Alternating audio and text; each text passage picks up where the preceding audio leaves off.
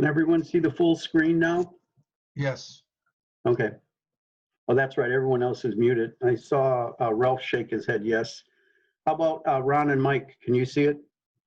Perfect.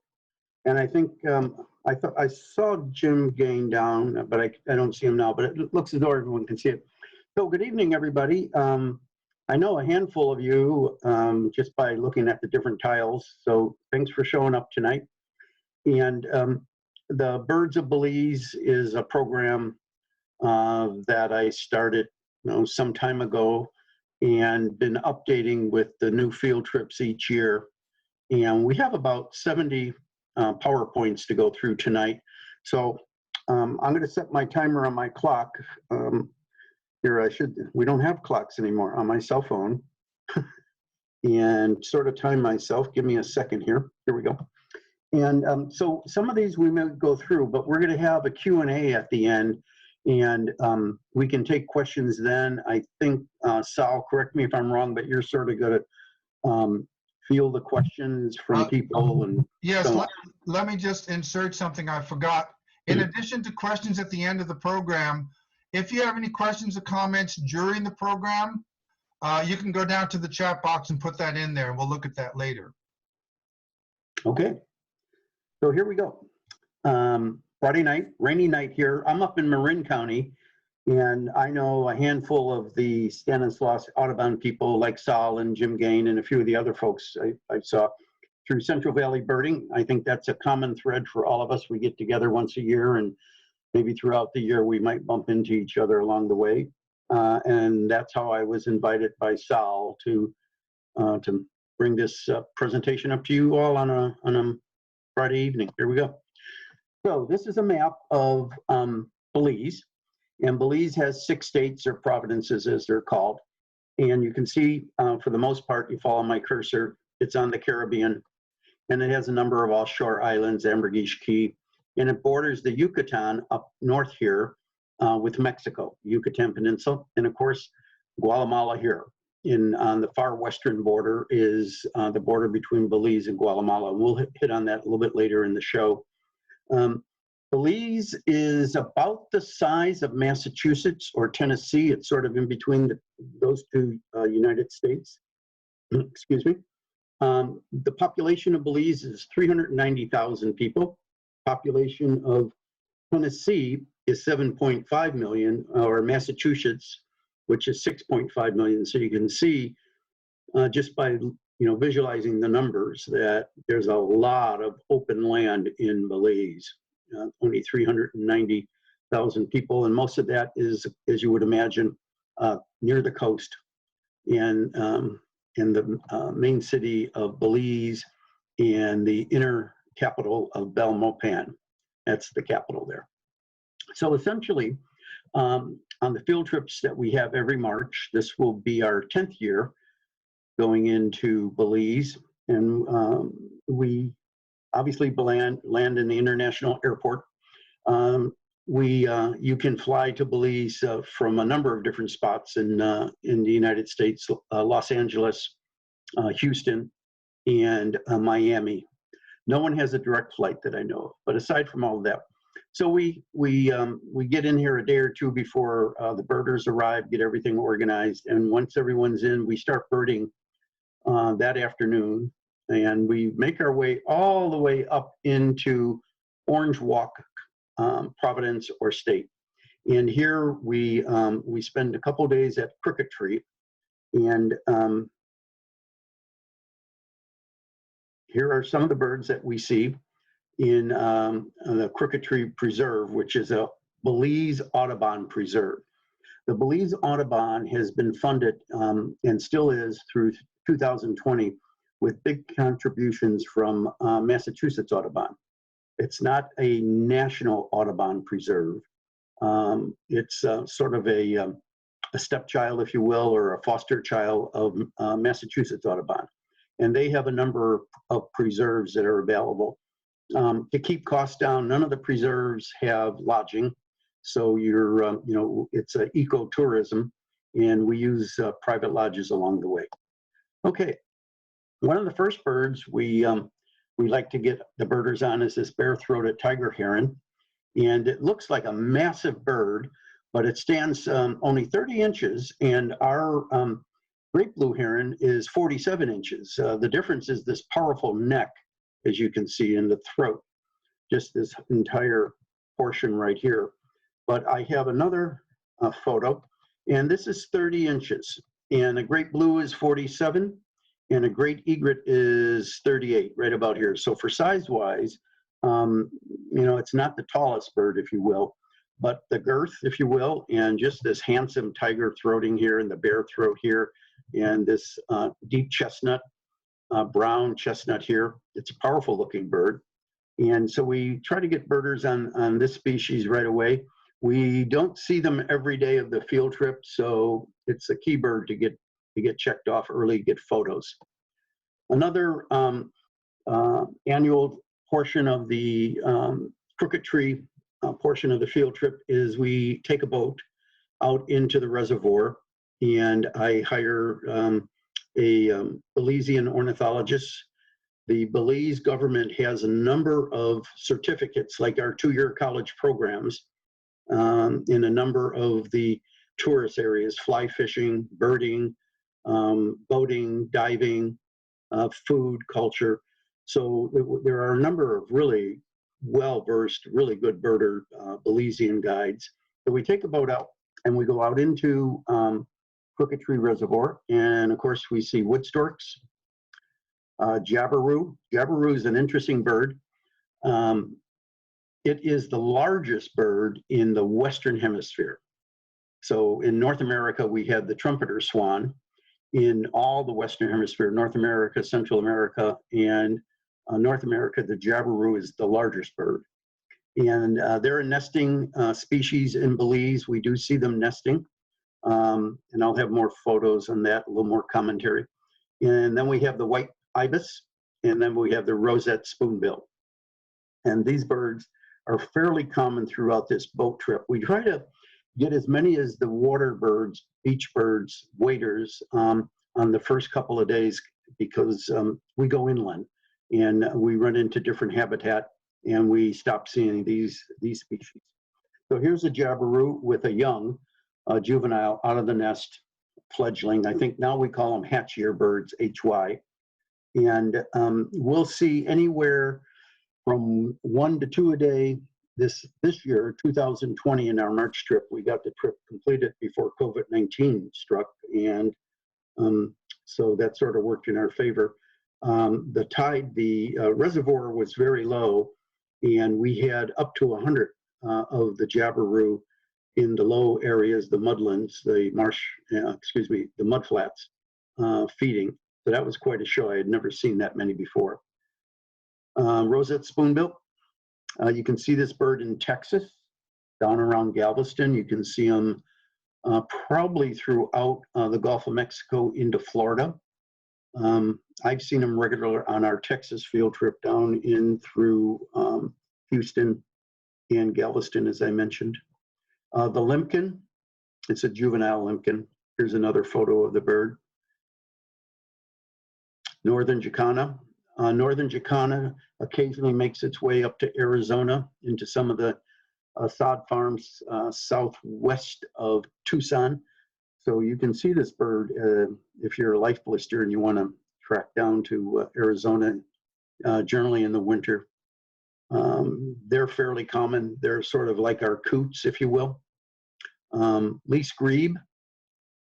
Least grebe is not so much a lake bird, but any of the backwaters of the reservoirs or lakes in through the marshes, sort of similar habitat and habits as our pied-bill grebe. Smaller, big golden eye, little white tip on the bill. This bird can also be seen in Arizona. I don't know about Colorado, maybe on the Colorado River, possibly. Oops. Blue-winged teal migrate all the way down into Belize in the fall and winter, and they head north again about March, April, and start working their way back up into North America. So we see large flocks of these, this particular teal. Black-bellied whistling ducks are common. We'll see big groups, maybe up to 50 to 75 birds. Sorry for the blurriness. They're really sketchy birds. They really react to the boat, and we haven't been able to get really good close-up shots. But this gives you an idea. And they're, as I mentioned a moment ago, they're always in big numbers. Raptors. So Belize and raptors is just, if you're a raptor fan, there is a conservation group that does a hawk count every year. I think they might be just at the back end of it. It's down in southern Belize on the Caribbean coast, very close to Guatemala. And it's a really active group. They have a Facebook page. If you're interested in raptors, the Belizean conservation, raptor conservation Facebook page is one to search out and just stay in tune with. A lot of good birders, very well educated, very well informed. Here's another shot of a bat falcon. Orange-breasted falcon. This is a very rare bird in Central America or something, and I may be mistaken about this. You can fact check me, but it's 14 pairs throughout all of Central America down into Panama. But then there's a large breeding population in South America. They just either had never been that many in Central America, or through development, possibly they've been pushed out. This particular bird is a Belizean bird.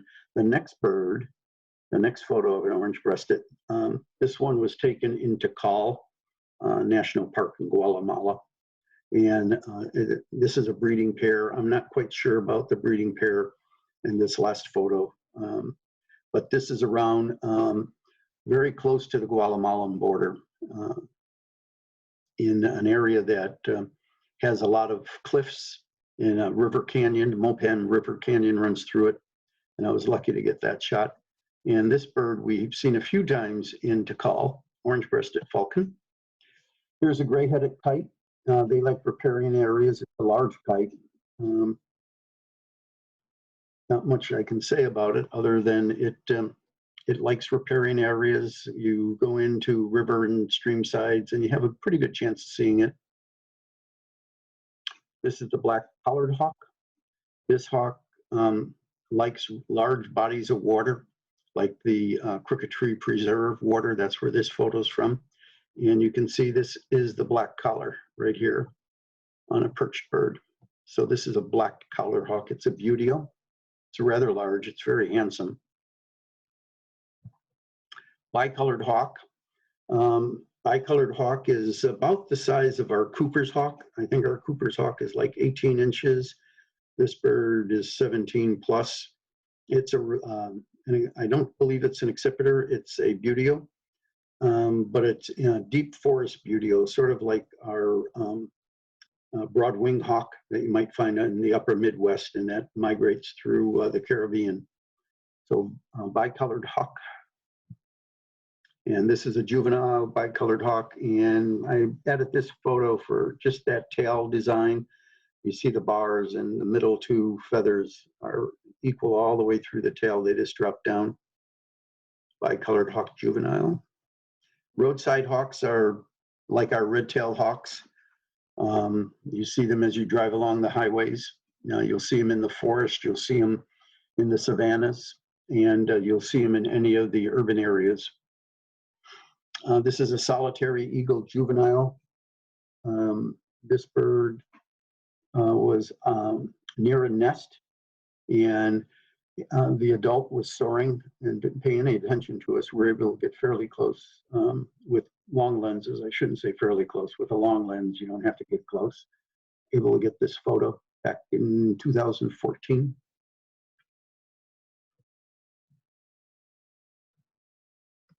White hawk, becoming more and more common.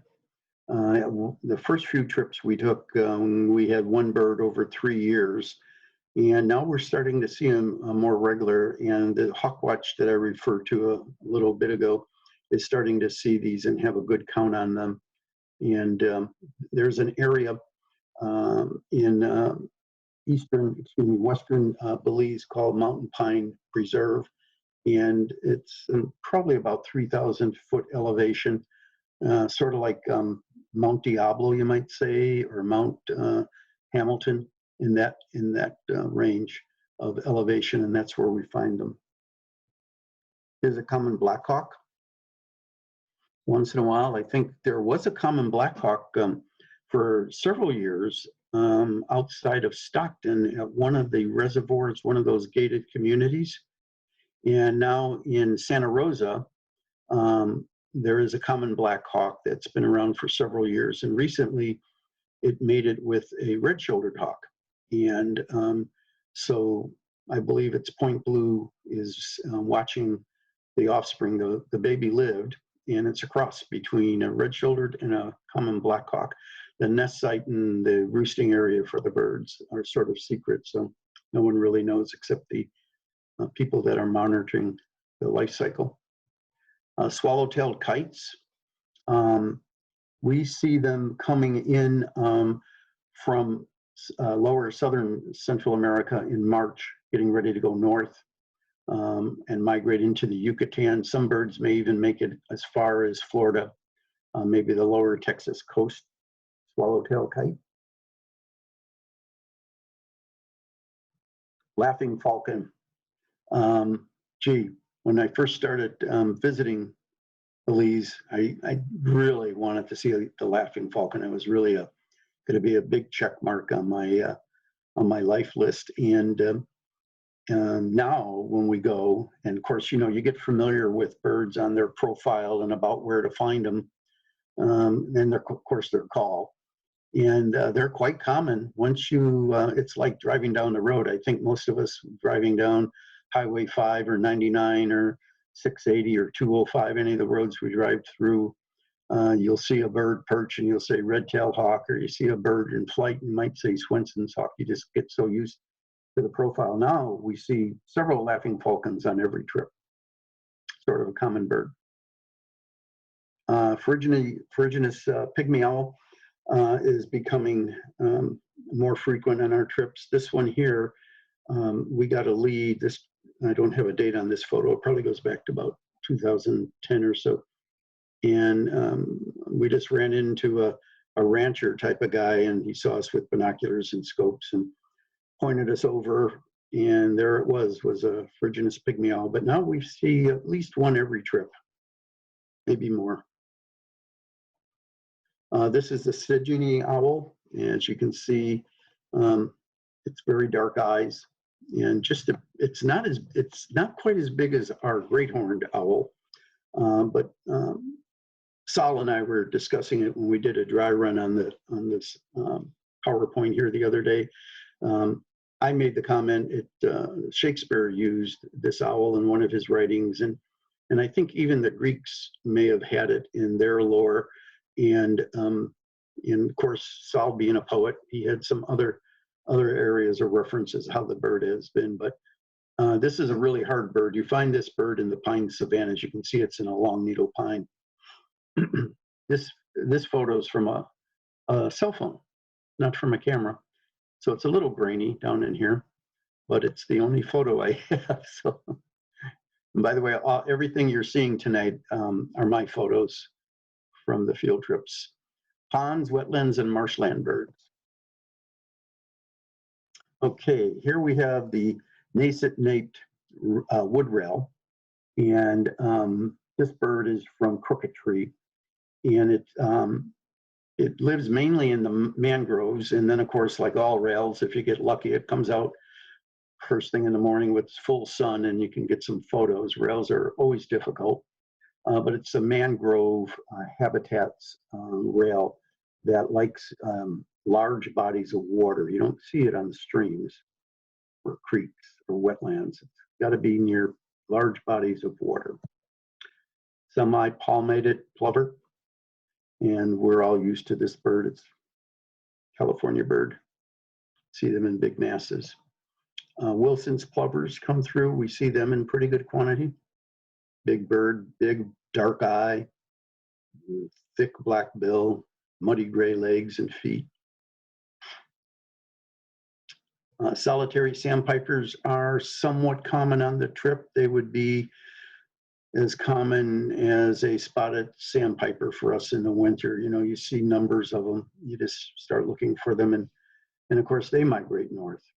They come into California and New Mexico, Arizona, head north. Forest jungle habitat birds, rufous-tailed hummingbird. This is our common hummingbird. It would be as common as our Anna's hummingbird. You'll see it in almost every habitat, urban,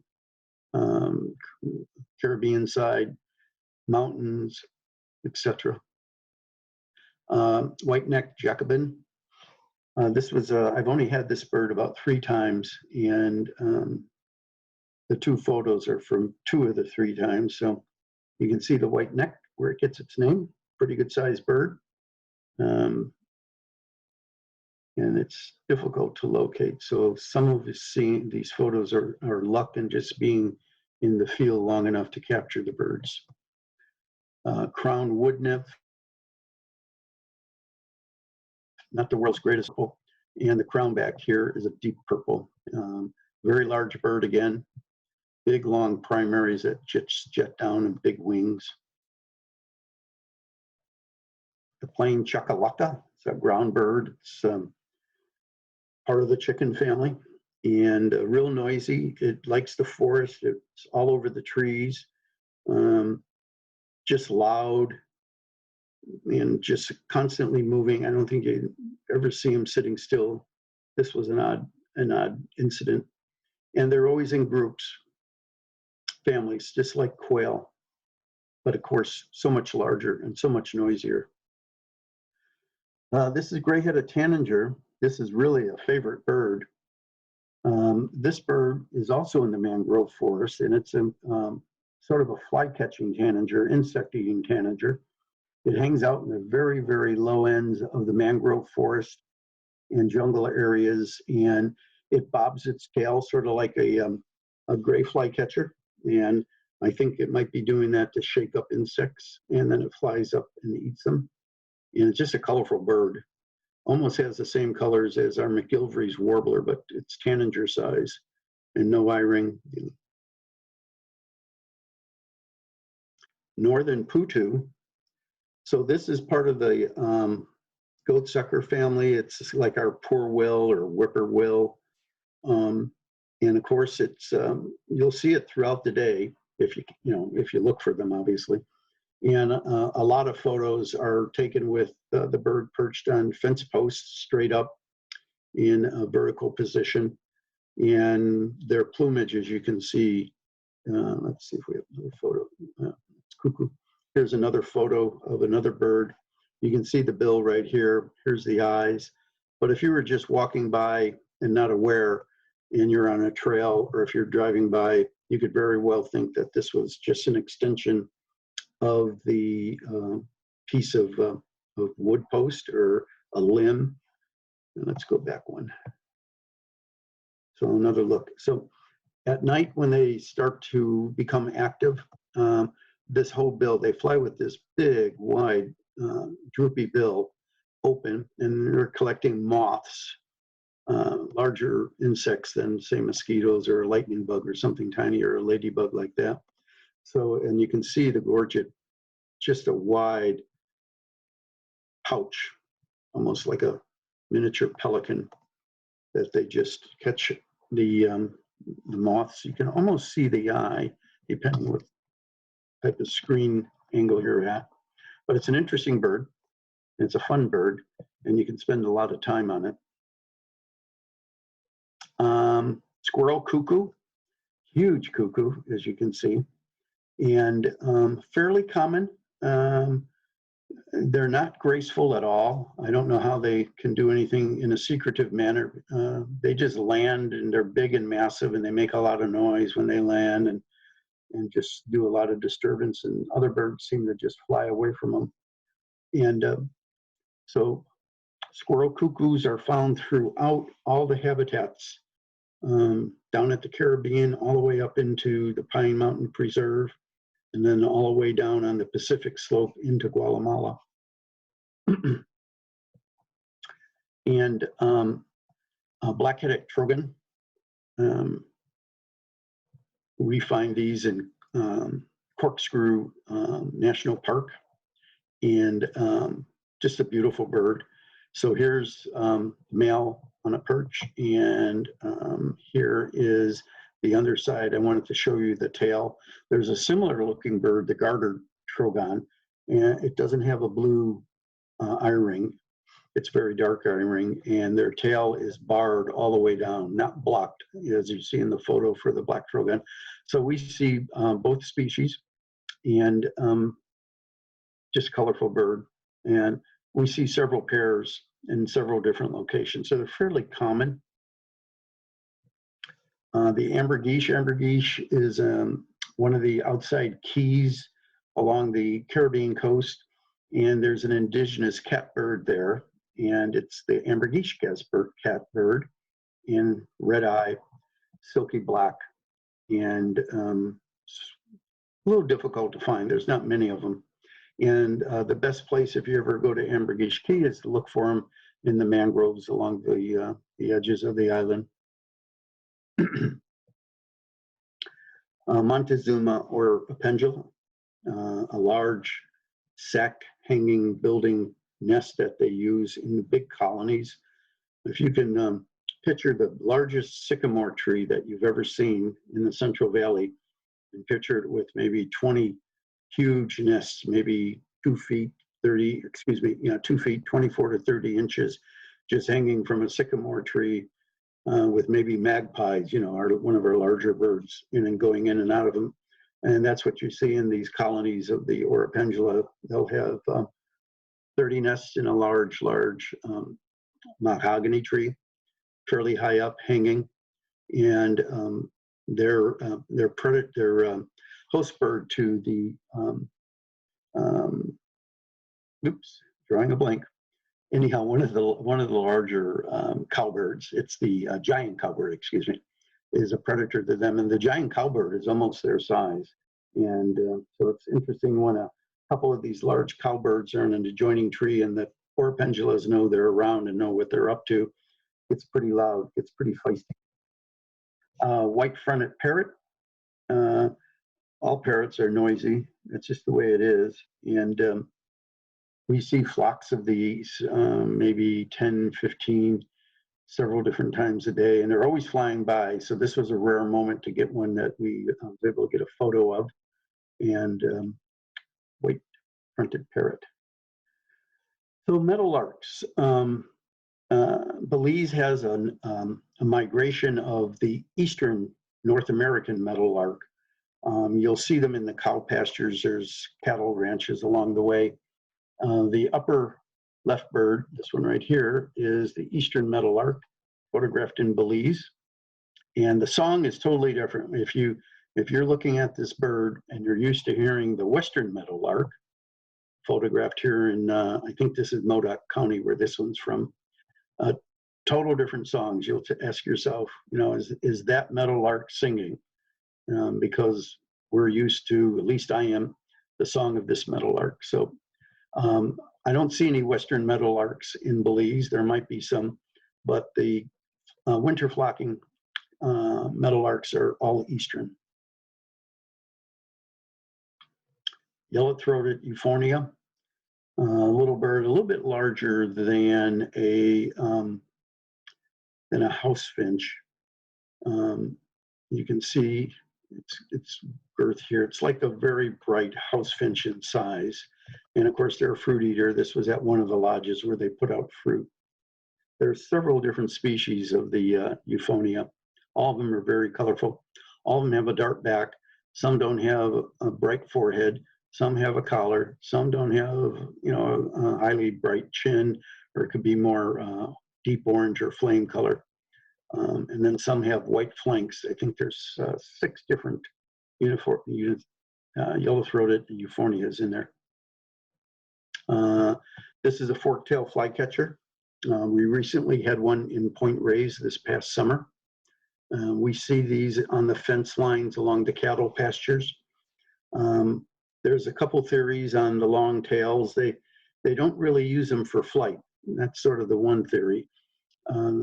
The other two theories that keen observers have come up with is that they flick the tail down sort of like a gray flycatcher while they're on a fence line or on a branch. And the theory is that, once again, they're trying to shake up insects. So insects get scared, they take off in flight, and they capture and eat them.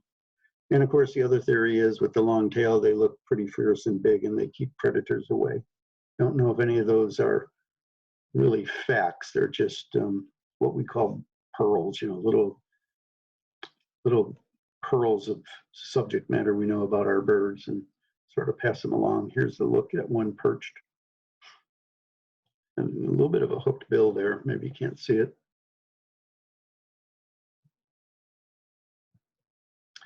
Here's the pale-billed woodpecker. There's a number of woodpeckers. There's acorn woodpeckers that they think are a separate species. There's the lineated woodpecker, and yellow-bellied sapsuckers from North America winter in Belize. There's the Strickland woodpecker, and then just a handful of woodpeckers that we might see in northern Mexico. One or two might get into the US, but the pale-bill doesn't. And this is a striking photo with the leggings around its talons and that big pale chisel bill.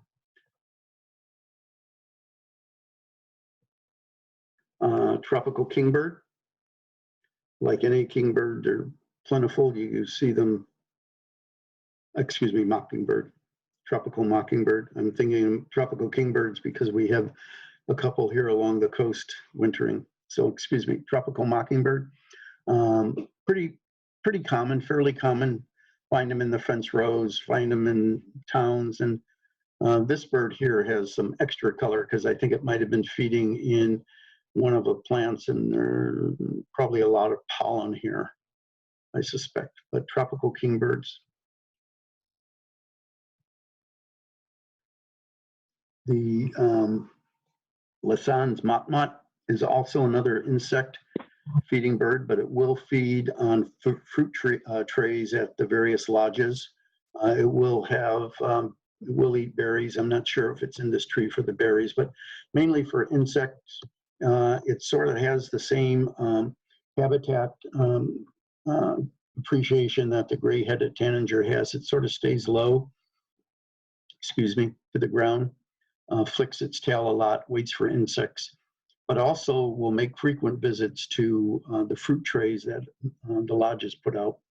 And so you can sometimes get really great photos only a few feet away, or if you're patient, you get them in their habitat like this one. Golden hooded tanagers, male and a female. We see these birds in the national parks.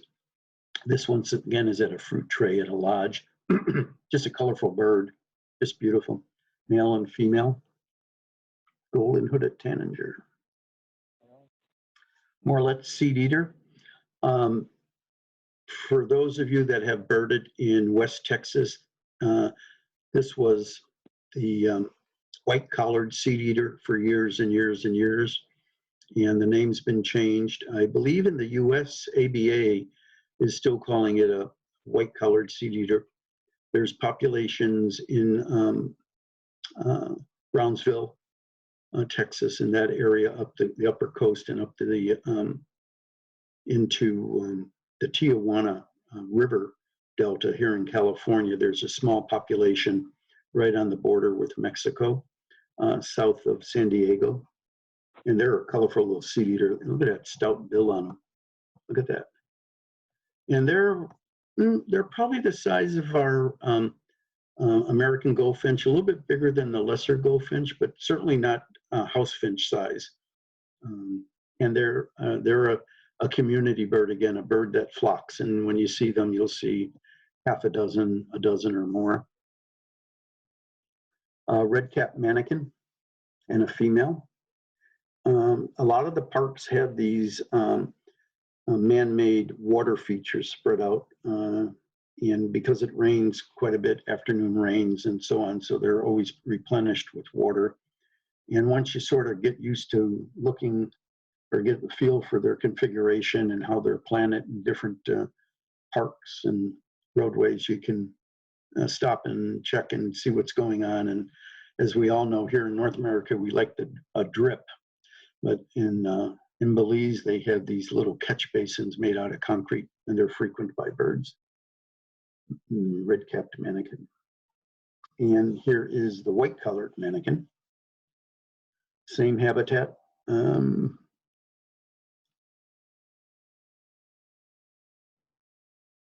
Here is an ocellated turkey.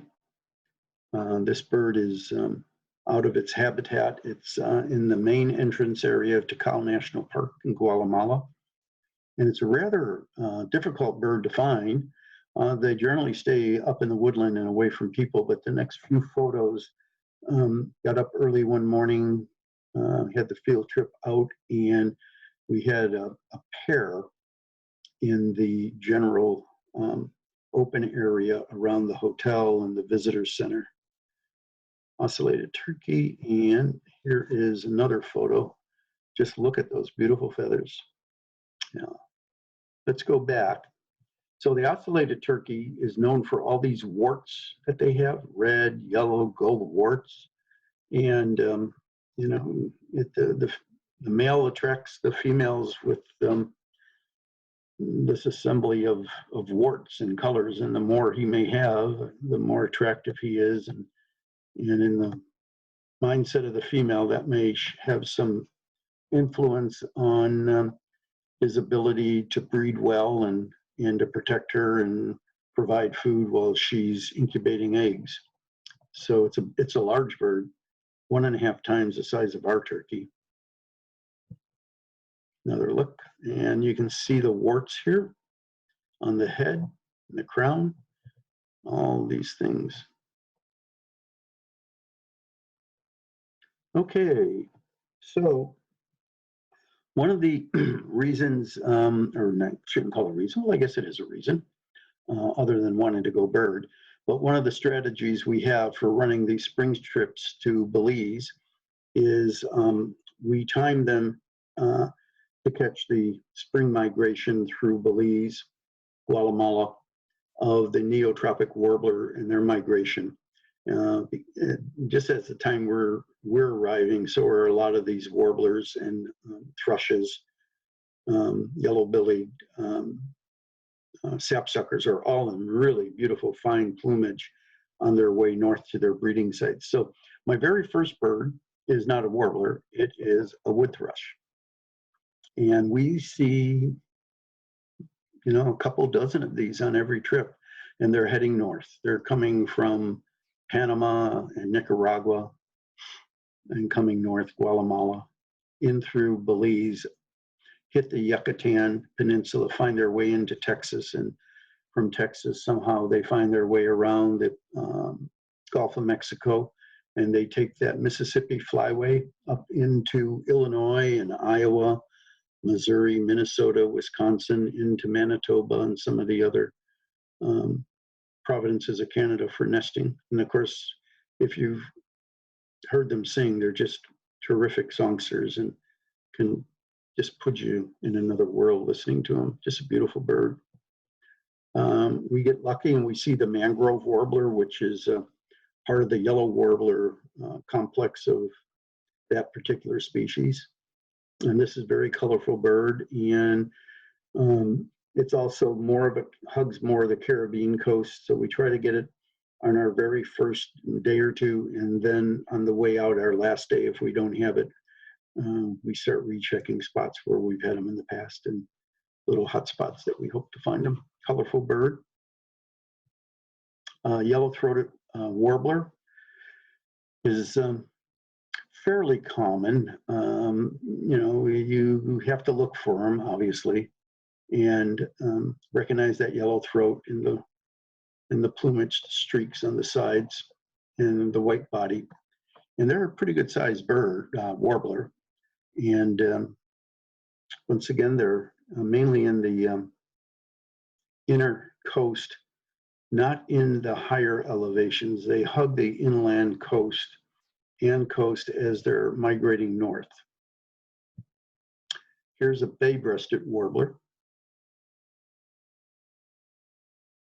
So I have to, if anyone's asking how come this warbler's in a pine tree, it's because I didn't have a good photo for Belize, and this photo's from Wisconsin where they nest, but we see them in Belize.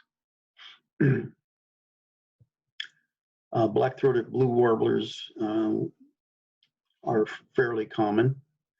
And of course, those of us that have seen them in California, we always go for that white wing niche, that patch, and the female also has it. Black-throated green warbler. We're seeing more and more of these, particularly in Golden Gate Park here in San Francisco County. There's a couple that come through every year. I'm not sure about Central Valley. Blackburnian warbler.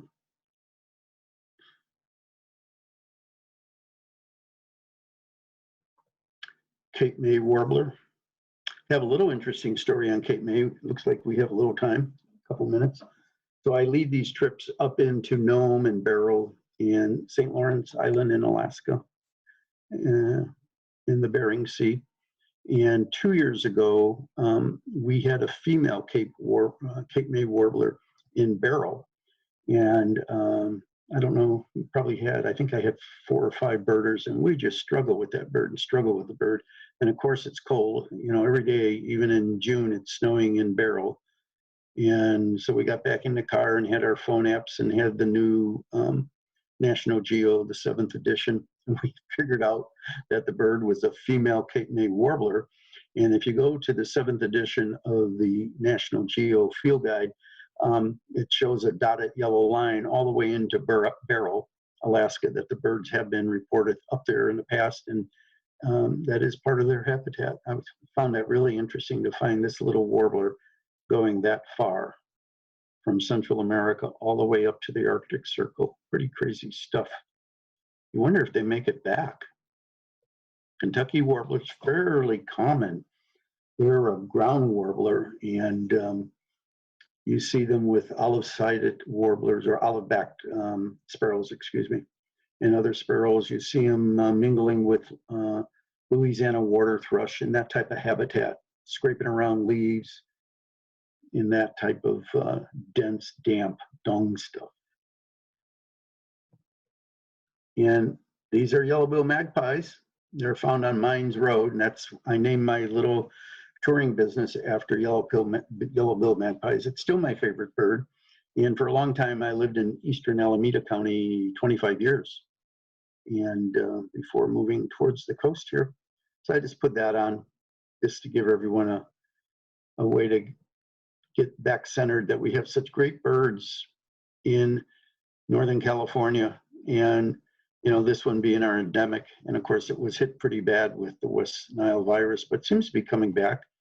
I did a little field trip a couple weeks ago up into Yuba County and saw them there. And of course, Mines Road, you can sometimes get a good count, maybe 30 birds, 35 birds at a time. And I'm sort of right on time.